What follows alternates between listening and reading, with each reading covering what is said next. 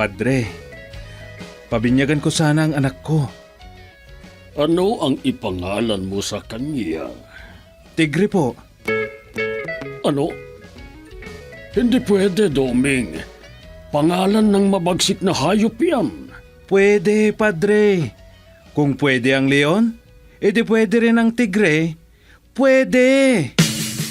Doming, doming, pwede lahat. Doming, doming, pwede lahat. Doming, doming, pwede lahat. Doming! Pwede lahat. Doming, pwede lahat.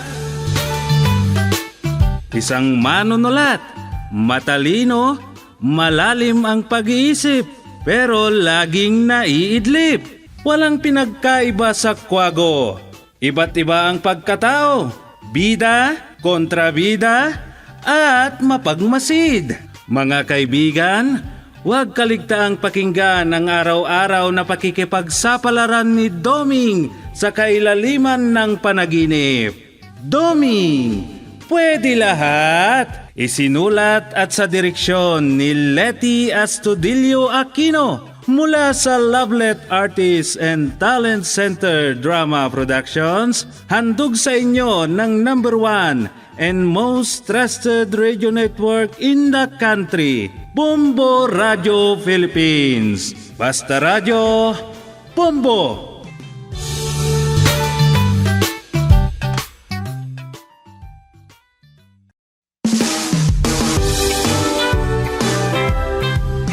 At ngayon, inyong pakinggan ang pakikipagsapalaran ni Doming sa ilalim ng panaginip. Narito ang kwento na ating pinamagatang, Ang Nakikilamay at ang Nakikikain. Dito sa ating dula, Doming, pwede lahat.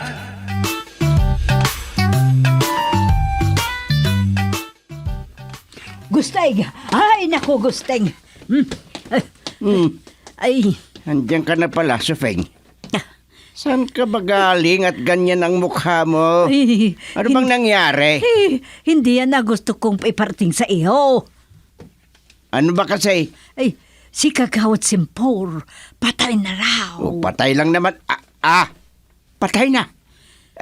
Sandali. Ano bang ikinamatay niya? Nagising na lang daw sila na malamig na siyang bangkay. Nung nakaraan lang nag-usap kami. Kahit na kung patay na ka. Buhay nga naman ano.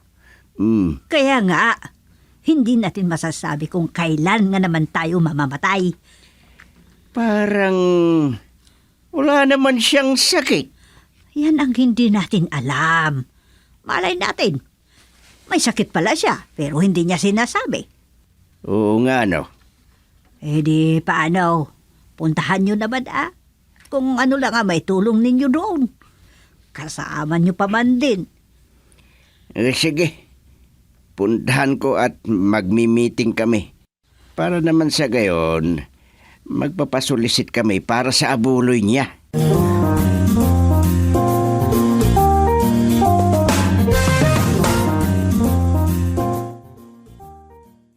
Ito na ang mga pinagawa nyo, Chairman. Pirmahan nyo na at maituro ko sa mga kasamaan ko na barangay tanod. Sige. Tapos, ikaw na ang tatawag sa mga kagawad at magkakaroon tayo ng emergency meeting. Sige po, Chairman. At tutulong tayo sa paggawa ng silong doon. Sige, Chairman. Ay, buhay nga naman. Akalain mo, napakasaya nung tao nung nakaraan. Tapos ngayon, ay, malalamayan na pala. Kaya nga po, hindi natin masasabi ang kapalaran ng isang tao, Chairman. Sa bagay, wala naman talagang pinipili si kamatayan. Ano kayang naging sakit niya? Wala namang nakakahalata sa kanya kasi palagi naman siyang masigla. Kaya nga Posible na may nararamdaman din siya pero hindi niya lang sinasabi sa mga pamilya niya. Kasi baka ayaw niyang mag-alala pa ang mga ito. Ay, baka gusto na niyang mamatay. Baka siguro, kaya hindi niya sinasabi na may sakit pala siya. Wala, kung ganun. Kaya ayun, nagising na lang ang mga kapamilya niya na wala na siyang hininga.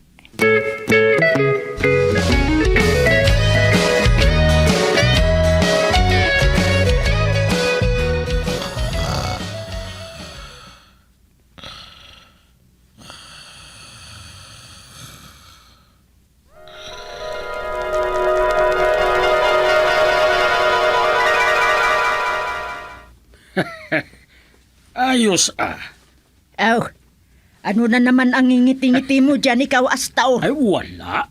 Meron ba naman, mahal? Wala naman. Ay, alam ko na. Baka may namatay na naman dyan. At ganyan kalawak ang ngiti mo. Alam mo naman pala, nagtataka ka pa. Ganun talaga, may lamay at kainan na naman. Ay, magaling ka sa pakikilamay. Pero may sadya ka naman. Ang makikape at makikiulam ng karne ang alam mo. Hey, nako, nakakahiya ka. Oo. Bakit ganyan na naman ang sinasabi mo? Nakakahiya ba ang makikilamay sa may patay? Ay, hindi masama kung talagang nakikilamay ka. Bakit? Masama ba? Ganyan talaga. Ay, nakaw, nakakahalata ka na. Ay, so, Nakikikain ka lang. Berta, kailangan gamitin ang utak ngayon, mahal. Mahirap na ang buhay ngayon. Hindi ka na nahiya. Tumahimik ka nga. Sige, alis na ako at pupunta na ako kila Pari Igoy. Sige, puntahan mo ang mga kasama mo na puro kain lang sa may lamay. Kung may kainan sa mga okasyon, meron din sa lamayan. Ay, ayan ka na naman. Diyan ka lang magaling. Hindi na bali Tumutulong naman kami kung may trabaho.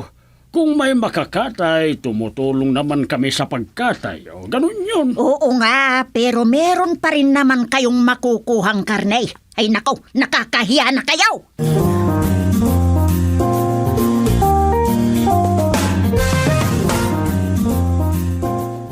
Nabalitaan ko din nung may nangulikta ng abuloy. Anong balita? Magkakatay na kaya sila ng baboy? Ganyan naman ang nakasanayan natin dito. Hindi ba?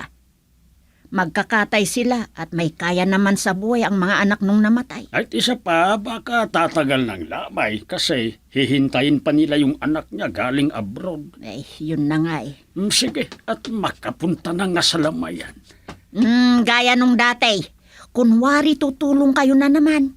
Siyempre naman at tulad ng dati. Ay sigurado, may maiinom na naman doon. Malalasing na naman kayo. Ganun talaga ang makikilamay. Gamot sa puyatan ang alak.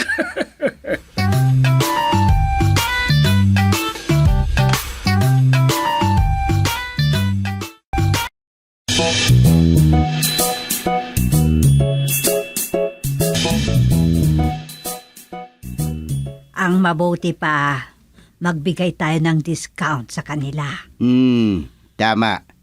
May 20% discount yung kabaong kasi senior din naman siya. At isa pa, kabarangay natin. At kasama pa natin na barangay official.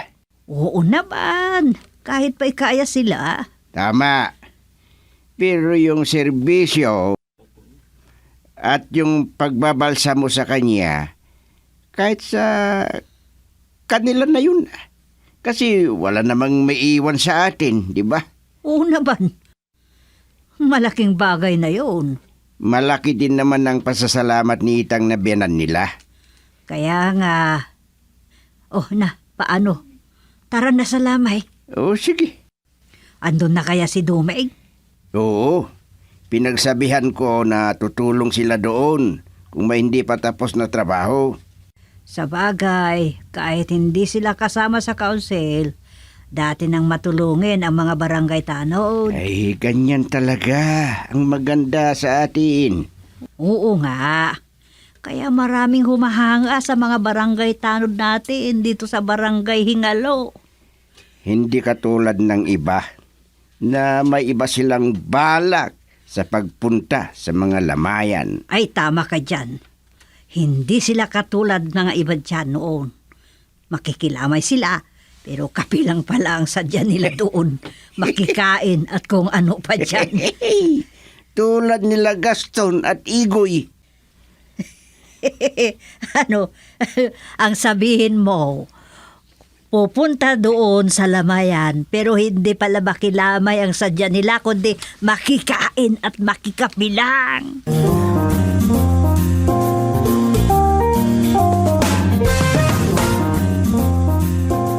Ay, Dumeng, kailan ang living ni Kasimpaw? Wala pa daw silang napag-uusapan, pero hintayin daw muna nila yung mga anak nilang galing sa Saudi at Singapore. Ah, marami na naman sigurong matutuwa dyan. Matutuwa? Oo naman. Sigurado, may namamalagi na naman dyan sa lamayan. Grabe naman yung namamalagis na sinasabi nyo, Nay. Tama naman. Oh, sobra naman yung sinabi nyo. Namamalagi sa lamayan? Totoo naman Yung mga hindi na umuwi at namamalagi na lang doon hanggang libing. Ay, talo pa nila ang may-ari ng bahay. Ano? Oo naman. Nakikilamay kuno. Pero pumupunta lang sila doon para makalibre ng kape at kung ano-ano man doon na makakain.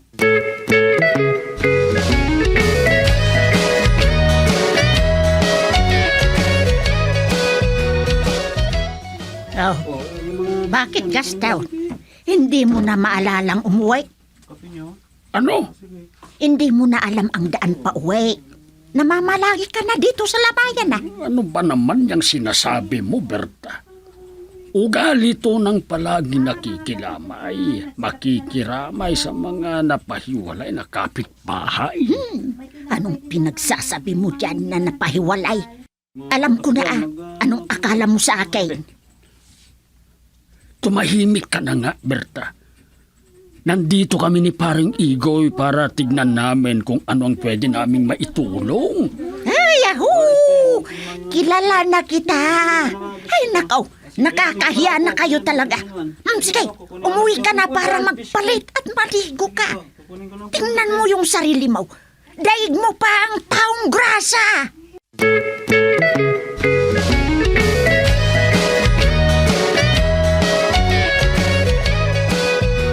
Napilitan ng umuwi si Mang Astor kasi sinundo na ni Aling Berta. Loko naman yun. Paano ba naman? Simula noong namatay si Kagawad Simpor, hindi na daw umuwi. Hindi na siya nagpapalit ng damit. Sus. Siyempre, hindi na naliligo. Kahit sino namang asawa, kung ganun ang asawa niya, wala nga daw siyang tinatrabaho sa bahay nila. Si Aling Berta na lang daw ang naghahanap buhay para sa kanilang mga anak. Totoo pala na may ganyang tao. Oo nga, Chairman. May inuwi daw ata siya nung nakaraan na lutong ulam. At yun daw ang talaga ang sinasabi ng nakakaalam sa ginawa niya. Bantayan ko ngang maigi ang kilos niya. Totoo naman, Chairman. Tumutulong sila. Pero, iba talaga ang pakay nila.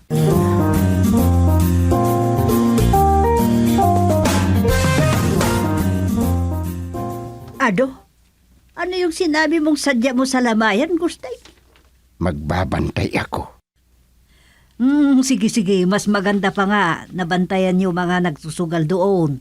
Baka may kung ano-anong mangyari. Baka mayroong di makatanggap na siya ay natalo. Kasali din yan. Pero may mas mahalaga pa. Oh, ano na naman yan? Bakit? May nawalang abuloy? Wala naman. Kahit may ganyang reklamo ang namatayan, wala naman ngayon. Oo. Pero nalaman din naman noon ng kapamilya na kapamilya din pala nila ang kumuha sa abuloy. Oo nga eh. Eh, paano ba naman? Nakikisugal kasi. Ay, ano ba naman ang mga tao ngayon? Wala nang tamang ginawa. Oo nga. Imbis na pumunta para makikilamay, hindi naman, kundi pumunta sila doon para lang makikain. Last night na mamayang gabi. Oo nga. Sigurado ko. Mamalag na naman doon sila Astor at ang mga kasama niya sa lamayan. Ay, sigurado yan, Sufeng. At delikado.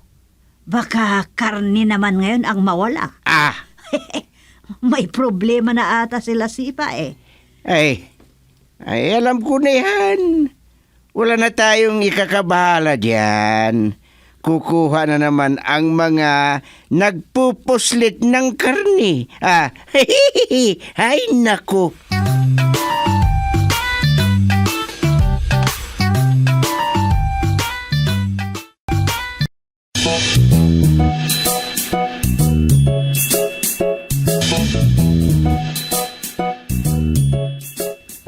Bukas na ang libing. Darating na ngayon ang mga kamag-anak ni Kagawad na galing sa ibang lugar. Tama ka, Dumeng. Nag-aalala nga ako. Baka kung ano. Oh, bakit ate? May problema ka ba? Marami ang donasyon. Malaki ang abuloy. Kaya marami sanang ihahanda para sa makikilamay. Oh, bakit? Anong problema? Kulang pa ba ang ihahanda, ate? Hindi na sana ako magsasalita. Nakakahiya. Nakakahiyang sabihin ko ito sa mga iba. Hindi ko kasi sinabi sa mga anak ko. Baka hindi nila ako maintindihan. Ha? Malalaki ang mga baboy na nakatay simula pa nung unang araw pero kulang pa rin. Muntikan na lang walang maibigay sa mga nahuling dumating eh. Ano? Sana hindi na mangyari ng tanghalian na libing. O sige. Hayaan nyo, ate. Kung ano man ang problema, titignan namin kung anong magagawa namin. Sige nga, Doming. Bantayan nyo yung mga nagkakatay at ang mga meron sa kusina. Di ba ang mga nagkakatay din ang tagaluto, di ba, ate? Oo. Nakakahiya sana na ipabantay ko. Pero nag-aalala kasi ako na baka kulang eh.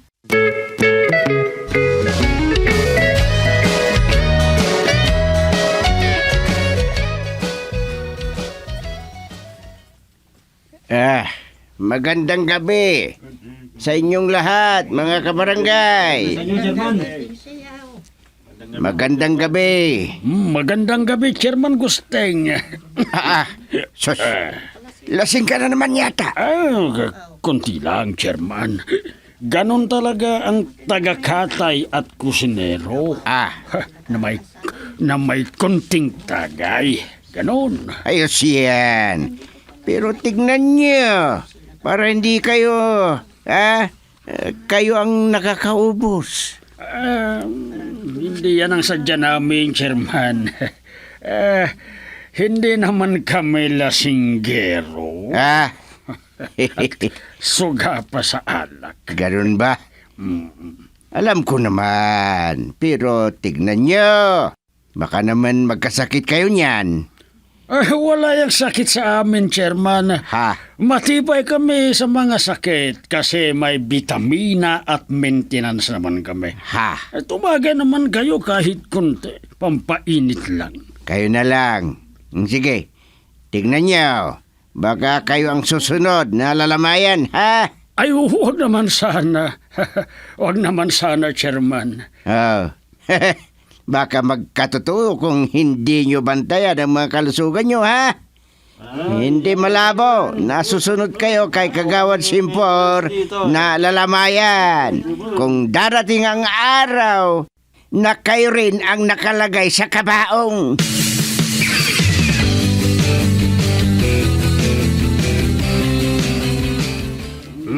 Last night na ngayon, Kagawad Simpor.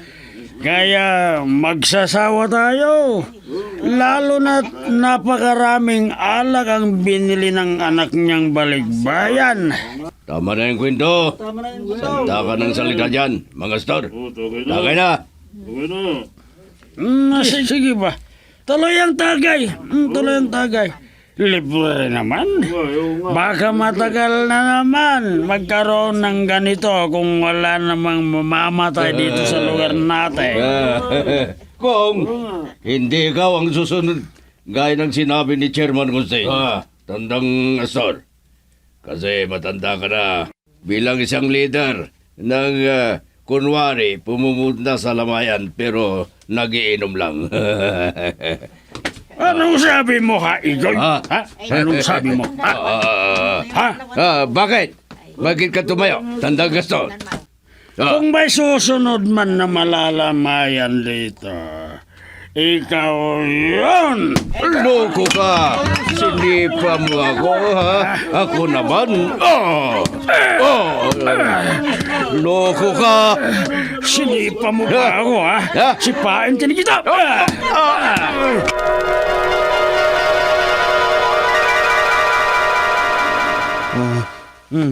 Ayan. Ayan ang napapala nyo. Ayan. Ay. Panaginip lang pala.